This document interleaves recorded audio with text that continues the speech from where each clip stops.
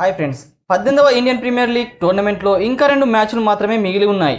ఈ సమయంలో భారత క్రికెట్ దిగ్గజం సునీల్ గవాస్కర్ ఈసారి ఐపీఎల్ ట్రోఫీ గెలుచుకునే ఫేవరెట్ జట్టు ఏదో అంచనా వేశాడు. 2025 ఇండియన్ ప్రీమియర్ లీగ్ టోర్నమెంట్లో రజత్ పాటిదార్ నాయకత్వంలోని రాయల్ ఛాలెంజర్స్ బెంగళూరు జట్టు మొదటి జట్టుగా ప్లే ఆఫ్కు చేరుకుంది. ఆ తర్వాత పంజాబ్ను ఓడించి ఫైనల్కు కూడా చేరుకుంది. తొలి ఐపీఎల్ ట్రోఫీని గెలుచుకునే కలలు కూడా కంటోంది. ఇక రెండో స్థానంలో ఫైనల్కు చేరుకునేందుకు పంజాబ్ కింగ్స్ అలానే ముంబై ఇండియన్స్ మధ్య పోటీ నెలకొంది.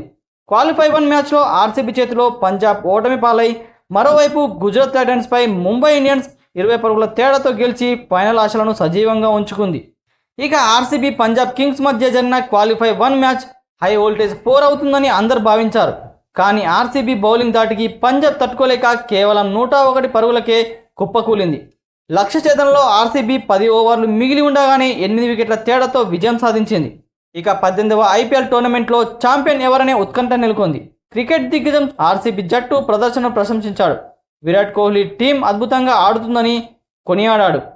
ఆర్సీబీ జట్టు ఈసారి ఒకరిద్దరు బ్యాట్స్మెన్ లేదా ఒక బౌలర్పై ఆధారపడి లేదు. ప్రతి ఒక్కరూ ఏదో ఒక విధంగా జట్టు విజయానికి దోహదపడుతున్నారని సునీల్ గవాస్కర్ చెప్పుకొచ్చాడు. ఇక ఆర్సీబీ ఇప్పటివరకు 3 సార్లు ఐపీఎల్ ఫైనల్కు చేరుకున్నప్పటికీ ప్రతిసారి రన్నర్ అఫ్గానే నిలిచింది. ఇప్పుడు 4వసారి ఫైనల్కు చేరిన ఆర్సీబీ తొలి కప్పును గెలుచుకుంటుందని సునీల్ గవాస్కర్ అంచనా వేశాడు. ఫ్రెండ్స్, మరి మీరేమనుకుంటున్నారో కామెంట్ బాక్స్లో కామెంట్ చేయడం మర్చిపోకండి.